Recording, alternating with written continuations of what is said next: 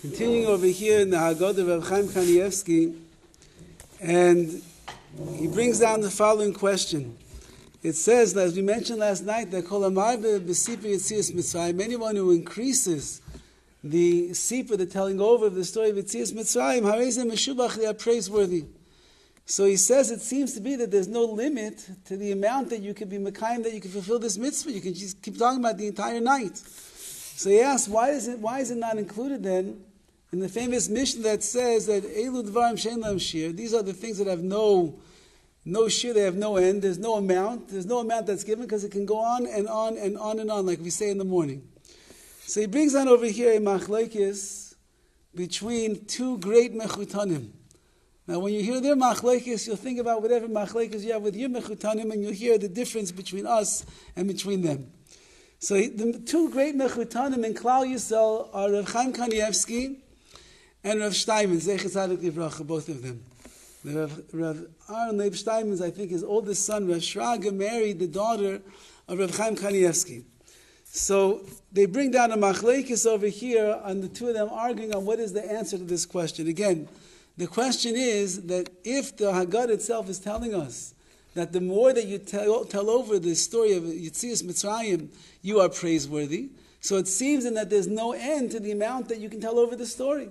So how come it's not included then in the famous Mishnah that says there are certain mitzvahs that have no shir, they have no end, they have no gvul, there's no boundaries, you can that mitzvah is endless. So Aaron Leib says, what? Correct. So you just go straight through. But yet we see that we see though that it says you can talk about it the whole night long. So according to Rav Chaim Kanievsky, you'll talk about it in the middle of the meal. You'll talk about it after everything is over. You'll go until nates, until the morning time. So he brings down that Rav Aaron Leib Steinman said the reality is that there is a limit on how you fulfill the mitzvah deraisa, the positive commandment of telling over the Sipur Yetzias Mitrayim. And he says that once that you said over all the words that are in the Haggadah, so you fulfilled the mitzvah. It says whoever is marba, whoever increases telling over the story, harezim meshubach, he says, so you should. So a person should try to tell over more of the story and the more of the details and more of the lumdis and more of the amkos, the depth of Yetzias Mitrayim, but you're not getting a mitzvah d'oraisa. It's like almost like a hidden mitzvah. It's a praiseworthy thing that a person is doing. He's beautifying the mitzvah, but you already fulfilled the mitzvah d'oraisa by saying over all of the words that are there inside the Haggadah. So his mechutin, the Rav Chaim Kanievsky comes along and he says, it's not true. He says, in reality, there is no limit to the amount of mitzvah that you can do for Sipur Yetzias Mitrayim. And he says, the truth of the matter is, whatever you say over on the night of the Seder, if you're doing it to embellish and to expound upon and to increase the understanding of Sipur Yetzias Mitrayim, every word that you say is a kiyum of the mitzvah deraisa of Sipur Yetzias Mitrayim. So if even after you finish all the words in the Haggadah, but then you end up spending by the Suda, instead of talking about it was much better when Trump was the president, you speak about midrashim and the like, about what it means, Sipur Yetzias Mitrayim. So then you'll get more mitzvahs deraisa, everything you say. And if after the end of the Haggadah you continue to stay up and you talk more and more and more, it's all mitzvah deraisa of Sipur Yetzias Mitrayim. How come it's not listed in the Mishnah that speaks about those mitzvahs that ein lam shir, there's no limit on how that mitzvah can be done? Rav Chaim says that Mishnah doesn't list every single mitzvah that there is that doesn't have a shir, that doesn't have a limit. And therefore this is one of the mitzvahs that don't have a limit, and that's why it's not included in there. That's why you don't see it. That's why you don't see it there. So let's go a little bit further over here. Let's go a little bit further here in the Haggadah. And it says that Shetei Omar Yetzias Mitzrayim B'Leilos. We know that there is a mitzvah to mention the Yetzias Mitzrayim, to mention the Exodus every single night. So it says it in the Haggadah, and that means that there is, every time that you say the Shema at night, you're fulfilling a positive commandment of Zecher Yetzias Mitrayim, to remind yourself of Yetzias Mitrayim. So he asks, if that's the case, So then what's the uniqueness about the mitzvah of Zecher Yetzias Mitrayim that we have on the night of the Seder? Every night you're going to say, tonight we're going to say Shema. When you say Shema, inside the Shema it talks about Yetzias Mitrayim. If you think to yourself, or even if you don't think to yourself, when you're saying the Shema, you're getting a mitzvah of Zecher Yetzias Mitrayim. So what is so unique then, when we do it every other night of the year, about the Seder night itself?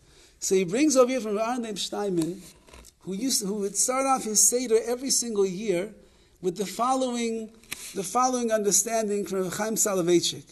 And he says that there's three important differences between the mitzvah of Zecher the Yetzias Mitrayim, to remind ourselves of the Exodus that we say every single night, and the Zecher the Yetzias Mitrayim, the reminding ourselves, or this, we'll call it the Sipur Yetzias Mitrayim, the telling over the story of the Exodus on the night of Pesach. He says, number one, on the night of the Seder, he said the mitzvah of Sipur Yetzias Mitrayim is to tell over the story in a question and answer form. We have to get ourselves engaged. We ask the questions, Ma'nishtana. They ask the question, we'll give the answer. That's the mitzvah, the way that the Sipur, the story is supposed to be told. The rest of the year, as far, of course, as we know, we just mention it. We mention it in our Shema at night. Number two, he writes that on the Seder night, we have to have it, there's a whole Seder, there's a whole order in which we discuss Yetzias Mitrayim. We start Minchila, Avodah Zarah, how you always say. In the beginning, we were Avodah Zarah, we were idol worshippers. Things got very bad. But now Kodesh Baruch Hu brought us close. So we speak about the beginning, the humble beginnings of Klal Yisrael, that we were all involved and entrenched in idol worship. We didn't come from such great stock. But now we are Baruch Hashem, we're Ovdei Hashem, we're close to Hashem. That's the way that has to be.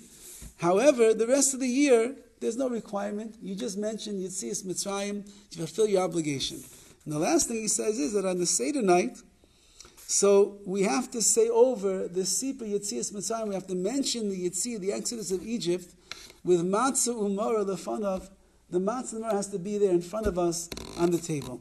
Masha'en Kain, on the rest of the year, there's no such command. You say Shema tonight, nobody has Matzah and Mara in front of them, and you still fulfill the obligation. We'll leave off with one last idea over here. We come to the next paragraph. Baruch HaMakom Baruch Hu. Blessed is the Makom, is Hashem, the omnipresent. Baruch Hu is He. Baruch Shenasan Torah La'ama Yisrael. Blessed is HaKadosh Baruch that He gave over the Torah to Klal Yisrael. So Rav Chaim Kanievsky, as was told over by one of his sons, he was a magnificent storyteller. He was, and his kids, when they were younger, they used to love to listen to the stories that their father would tell over. He would make up stories based upon obscure midrashim, and he would excite them with what he had to say. He was teaching them great lessons. So he liked to tell over stories, and one of the stories he liked to tell over was about the tremendous power of Limud Torah. And that's what we're saying. Baruch Shenasan Torah La'ama Yisrael. Hashem is blessed because He gave us the Torah. We don't appreciate the koyach, the power of the Torah. So he said that the Stipler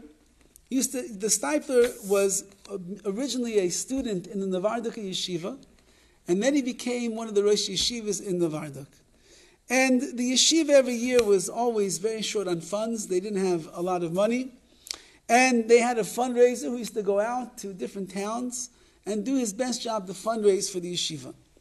So once the fundraiser reaches the city of Karlin, and he comes to the elderly Rav of the community, who was an older Talmud Chacham, whose name was Rav Dovid Friedman. And he comes into the home of the Rav, and the Rav is sitting there, an old man. He's poring over a Gemara. And the fundraiser is looking at this elderly man, just learning and learning and learning. He was transfixed by the sight of this elder Rav. After a while, Rav Dovid looks up at his guest, and he says, Shalom Aleichem, how can I help you? So the man says, I'm a representative of the Novardok yeshiva, and I came to town to raise money for the yeshiva. So Dovid pulled out a donation, he gave it to the fundraiser, and he went back to learning the Gemara. The fundraiser was mesmerized by this old man, the way that he was learning with Azab Bren, such a fire. He just stood there transfixed watching him. Some time passes, and the Rav looks up again, and he says, Shalom Aleichem, how can I help you?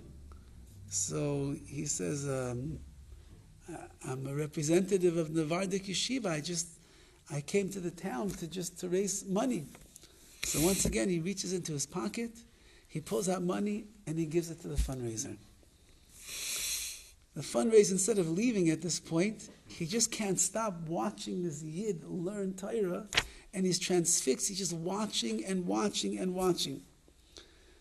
More time passes, and Reb Dovid looks up from the Gemara again, and he says, Shalom Aleichem, how can I help you? So at this point, he gets a little bit embarrassed, the young man, and he says, I'm sorry, Rebbe. He said, I explained to you already, I came here collecting for the Navardik and Yeshiva. You're very kind. You already gave me 2 donations. I just standing here watching you learn. That's why I didn't leave yet. Please don't give me anything else. So Reb Dovid looks at the fundraiser and he tells him the following. He says, you have to understand, I'm a very old man. He says, I can't remember one thing from 1 minute to the next.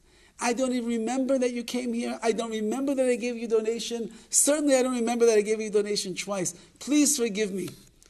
He says, but I want you to know one thing. There's one thing in this world that I've never forgotten. And he points to his Gemara and he says, every single word of Torah I learned in my life, I still remember it as clear as day. And he says, that's all that I have left is the Torah that I have up here. The fundraiser was amazed by this statement. Imagine a man who he doesn't remember anything, but remembers all of his Torah. He goes to the next town. He ends up in Radin by the Chavetz Chaim.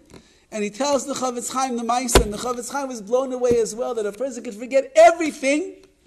But the Torah was so dear and so precious, and that he didn't forget a single word. Shortly after this, Reb Dovid Friedman was nifter. And the Chavetz Chaim called upon this fundraiser and he said, you must be masbid, you must eulogize this man, this Rav Dovid Friedman. He said, I'm not a eulogizer. He said, just get up and tell the story. Everybody should hear what the koyach HaTorah, what the power of Torah is. That a Yid could forget everything he has in his life, but the Torah, that a person doesn't, that he didn't forget. We forget, but that this person himself did not forget. Okay, we'll continue, Bez Hashem.